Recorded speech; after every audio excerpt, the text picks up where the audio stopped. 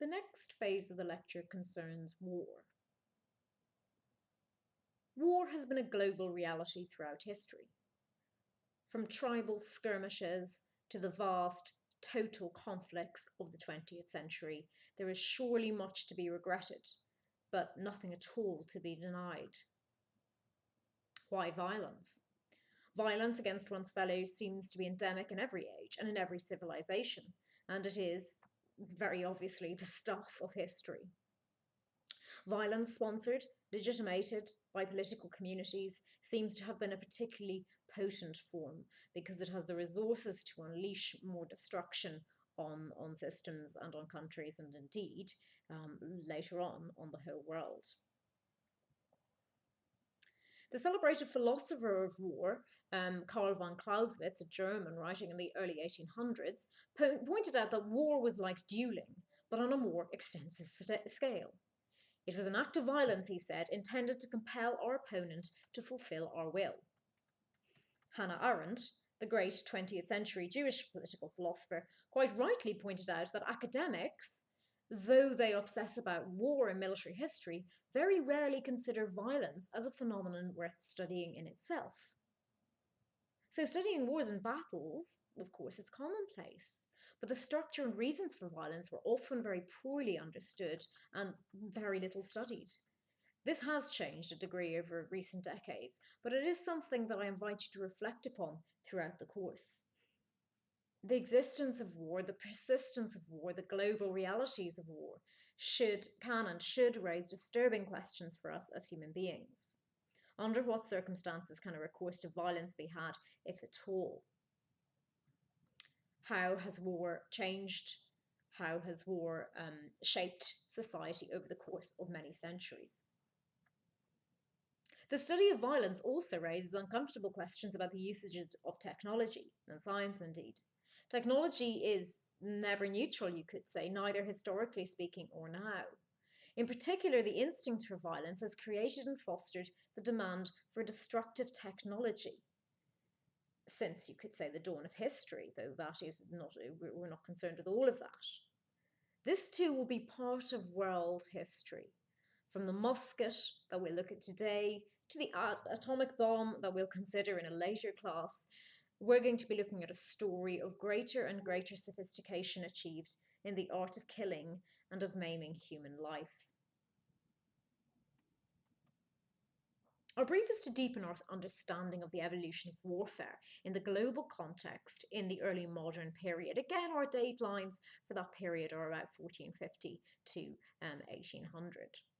We will leave to one side the 19th and 20th century conflicts and return to them at a later point in the course.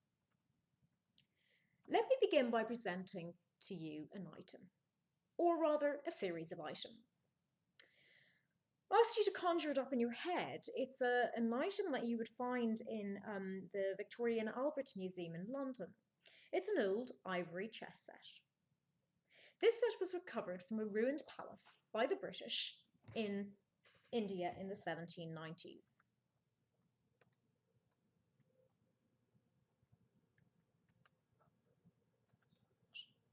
I thought you were talking about the famous, Scandinavian chess. No, it's the British Museum. No, sorry, I was going to correct you. I thought you were going that way. Not at all. No, it's fine. It's fine. Trying to help. It belonged to the Tipu Sultan in India. No doubt in his days of rule, he saw his world as a game of chess.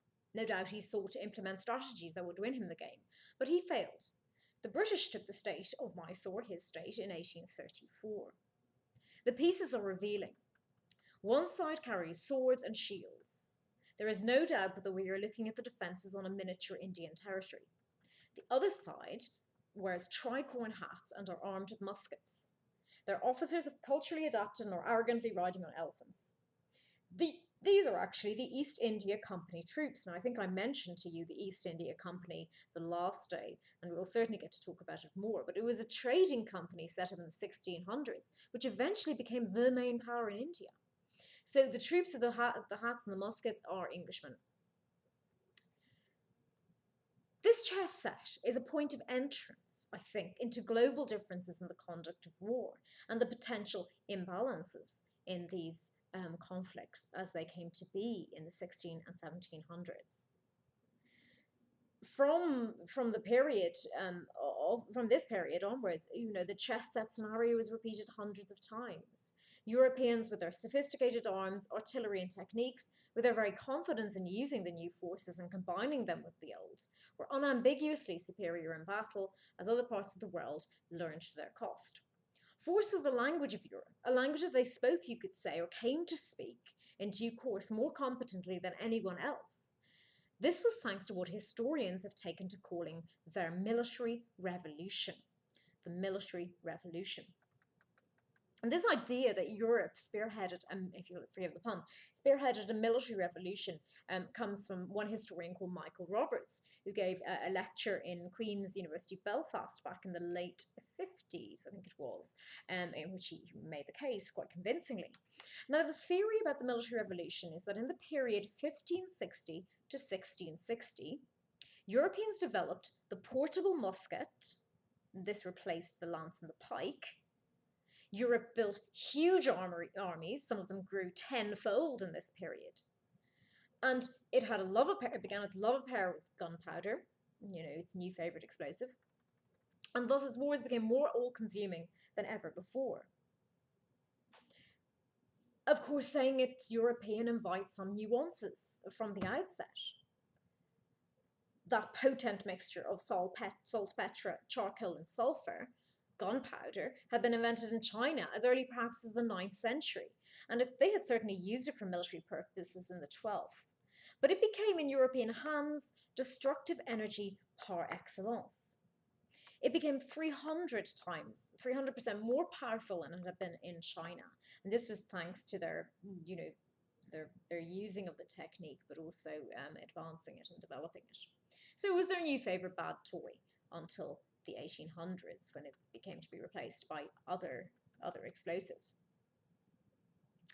Anyway, that story of the military revolution, some would say, actually is far too Eurocentric, and that we should put this story into global context, something, of course, that we're going to try and do today. It's too easy to say that Europeans had sophisticated weapons and other peoples did not. First of all, it wouldn't be quite historical. China and Korea and Japan all had firearms and fortresses and standing armies before Europe did. The case is partly made. And even when European weapon production did surpass them, as it did fairly early on, it wasn't before other people acquired European weapons and used them to a greater or lesser extent. Notable case being Japan, made very effective use of Western-style firearms. And they had been introduced by the Portuguese, in their trading posts in 1543, and the guns would help to unite the Japanese country. Metalworkers produced competent replicas of European-style guns, so they weren't just buying them in, they were making their own. And indeed, in some respects, in some strategic respects, the Japanese in the 1500s, were rather ahead of their European counterparts, 20 years ahead, in fact, because they used a 3-line formation of musketeers, with the idea that each row would fire in turn, so that all the delay of reloading the musket would be reduced. So you see what I mean? They were sort of not just using the technology of the musket, but actually using it to transform their own strategies and to make up for some of the slowness that was involved in constantly having to reload your muskets.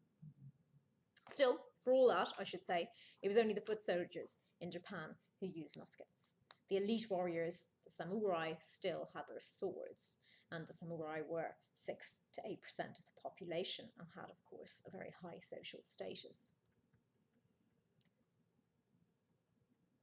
Other examples of advances elsewhere, gunpowder was something the great Muslim empires of the early modern period used to great effect. In fact, so much so that they have been called gunpowder empires by some historians. And just remember, gunpowder was really expensive to produce. Only the big wealthy states and empires could afford to defend their lands with a powerful gunpowder train. And I think it shows you the fact that the Muslim empires are called gunpowder empires, that they did have these resources, that they did have enough money to spend on these explosives. Another point that historians have made is that you could say that this talk of Europe being, advancing through the centuries, really overestimates the edge that it gained through military technology early on. One historian, a historian of Southeast Asia called A.S. Reid, R-E-I-D, argues, maybe provocatively in a sense, but he says that it was only a slight edge that the Europeans had until the 19th century. Until the 19th century brought machine guns and steamships and all the rest of it. So again, that point that some people say industrialization makes a change between West and West, and until then it's not necessarily in evidence. I think it's probably useful to talk through a case study at the moment. And that case study concerns the Ottoman Empire. We need to look at their military profile, because just remember who they are. We got to talk about them in the last 2 lectures. They're the power with a foot in 3 continents. And remember the classical division of the world into 3 continents, the parts of the world that mattered. It's a bit of North Africa, encroaching on Europe, and obviously heartlands in Asia. They're a huge military competitor, most of all of the Europeans. Now, even if they're not always inventing new technologies in this period, they quickly learn and apply them, using handguns, field guns, and siege guns. So much so that they're able to give Europeans very much a run for their money in the 1500s. Already, in military terms, they have advantages that Europeans did not. They had a fabulously trained and devoted army, composed of slaves and their janissaries, as they were called, elite warriors who were feared as soon as their name was spoken. And these were men who were entirely devoted to putting into action what the emperor wished. And certainly there was the European bogeyman in this period, the janissary. They quaked in their boots at the thought. It's safe to say at the time that Europe, for whatever its military inventions and techniques, had no equivalent. No army is as exclusive as this. Think of the power possessed by an emperor like Suleiman the Magnificent. So he's the emperor of the Ottoman Empire, and we'll look at him a bit more next week, but I'll introduce him to you now. He's the one under which Ottoman power reaches its height in the 1500s. He possessed an extraordinary field artillery, I would say the best in the world, 87,000 cavalry, and 16,000 infantry, the janissaries, whose sole objective, as we've seen, was to wage war. Under Suleiman, they fight 13 successful campaigns and some 40 battles, and really give the Europeans great fear and push them back further. Indeed, only his death in September 1566 prevented an estimated 300,000 troops from advancing on the Austrian Habsburg lands. I would put it to you, if he hadn't died then, and we are getting into counterfactual history, which may or may not be helpful, but that advance could well have succeeded. And indeed, once the Ottomans were in Austria, they would have been in the middle of Europe. So very much a power in the very heart of Europe. It would be a very different picture, I think, if history had changed at that moment.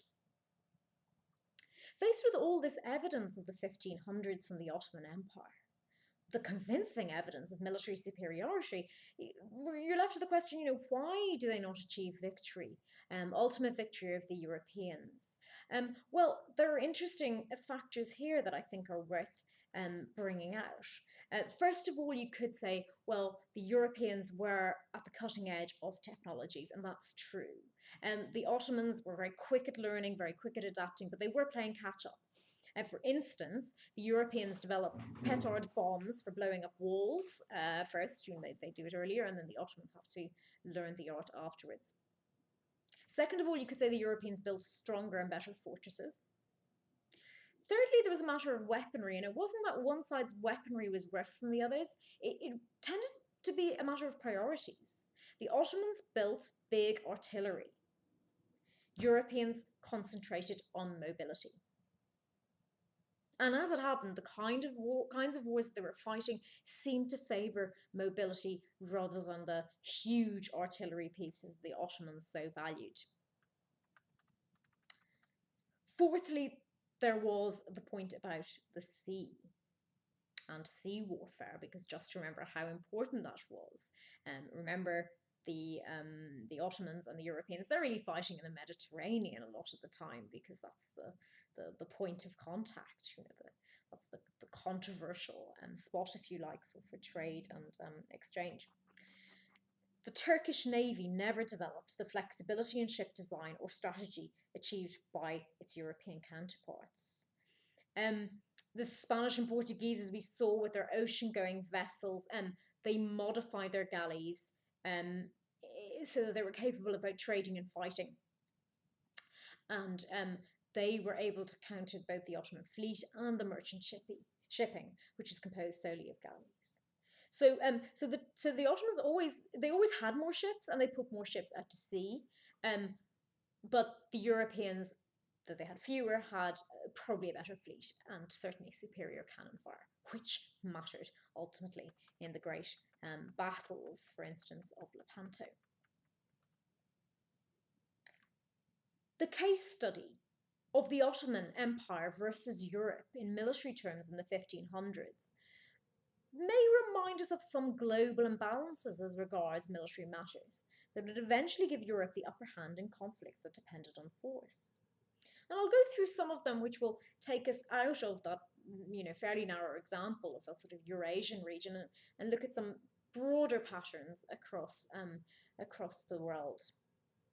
Well, first of all, you could say that there were different kinds of war you could fight. How do I explain this? Well, there's a difference between a raiding war and a conquering and a killing war. And I think what the Ottomans and the Europeans were doing, were conquering and killing wars.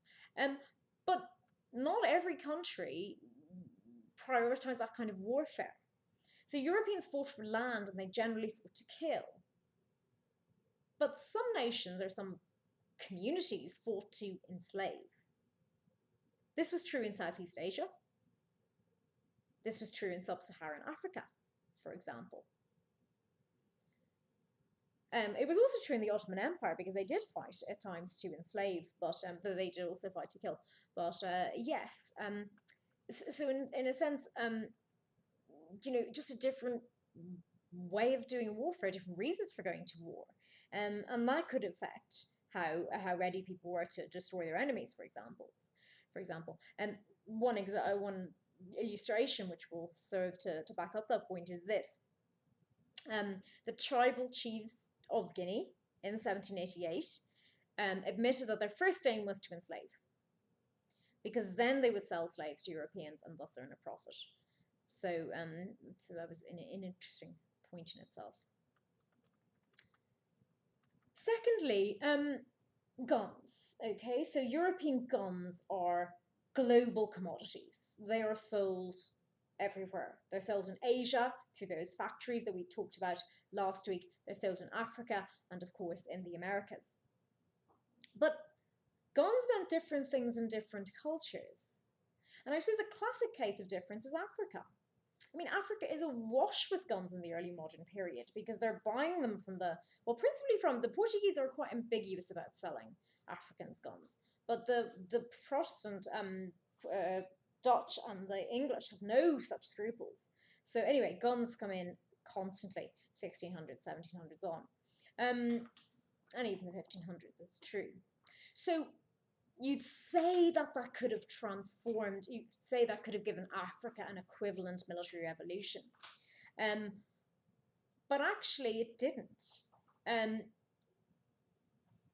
Guns weren't going to affect a military revolution in themselves. First of all, the Africans tended to buy guns, but they didn't make them themselves, so they didn't adapt the technologies to their own culture and country, indeed. And that was important because dense vegetation and climate reasons didn't make Africa ideal for gun battles. Tropical humidity upset the ignition of gunpowder, and the chances are if they had applied or had adapted technology, they could have been able to change this around, but they just didn't.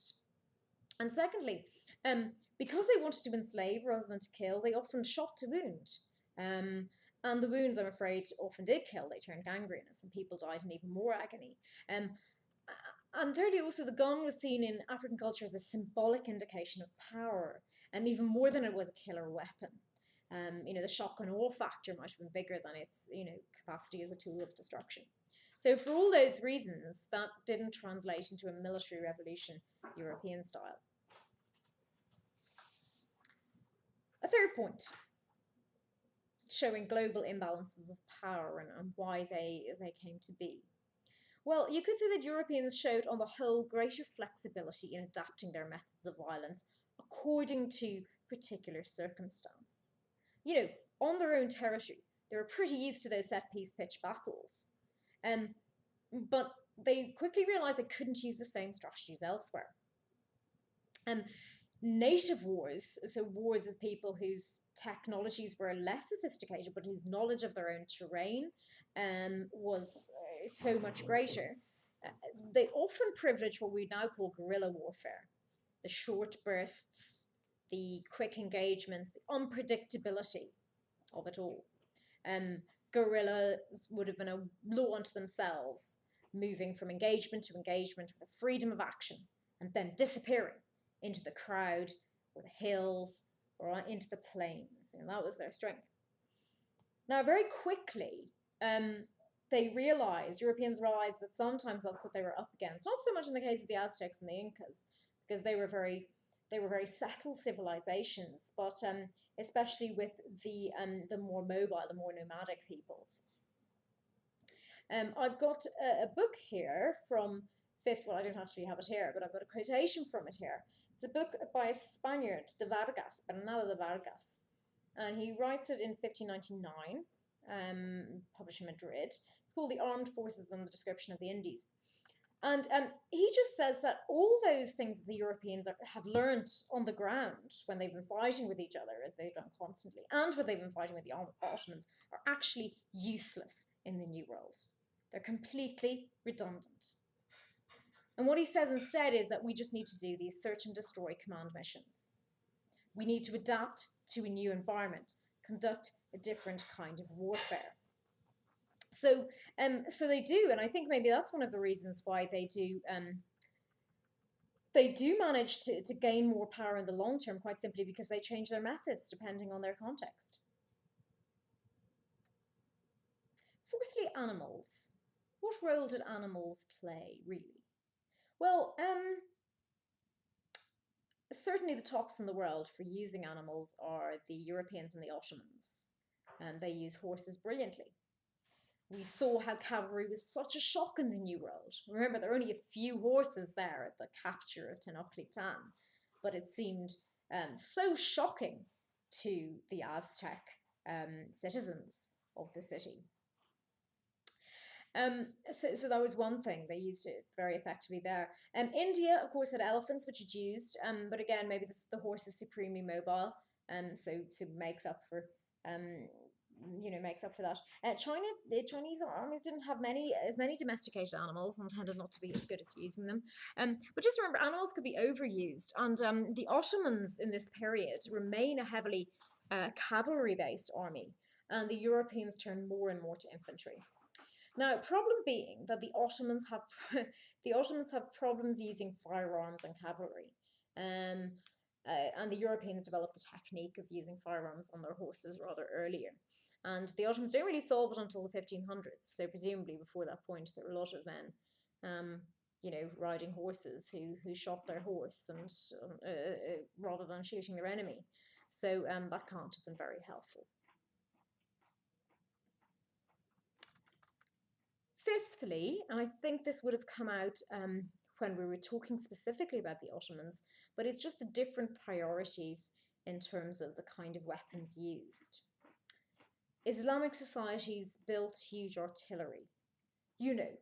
Guns 6 tons worth, Arabic inscriptions, etc., etc., cast in Java. This is a very famous giant gun I'm talking about called a Ki Jumat, Ki Ki and then Jumat, cast in 1526. you know, a really fine work. You could almost say work of art or work of destructive art. Um, so the big guns for them became a kind of, they sort of transcended military needs. They became kind of symbols. And A.S. Reid, the historian of Southeast Asia, puts it so. He says that the big guns of Asia were like elephants. They symbolize the supernatural power of kings, able to intimidate and overawe the internal enemies who lacked them. And even after disuse, they were revered as a source of magic. The big guns were used to announce public occasions. They were more than just a weapon, I think. And the Europeans, by contrast, were utterly pragmatic. They just used guns as a means to an end. There is no sort of totemic value to the gun, as far as I know, in early modern Europe. At least nothing to the same extent as there was in Asia. 2 more points before we proceed. 6 is that European armies placed more emphasis on drill and discipline and on learning about military techniques. Think about the printing revolution. Treatises on military tactics spread, and they encouraged generals to believe the way forward was to innovate and to combine shared expertise in creating successful outcomes. So that obviously helped them, I think, in a way that cultures which hadn't emphasized print didn't really manage to take on board. And lastly, and this is perhaps the most fascinating point to my mind, and it's only a point we found out fairly recently, which must, of course, tell you about the continuing nature of historical developments. We've learned it not really from historians at all, but chemists. They've done some chemical analysis on iron and steel, on the weapons of the past, and of course there are artifacts in museums, so they found them there, and they actually discovered that non-European iron and steel they're not as strong. They're not as strong as their European counterparts. So whatever material they were using, whatever processing they were using, just didn't give them weapons which were quite as destructive, quite as brutally effective.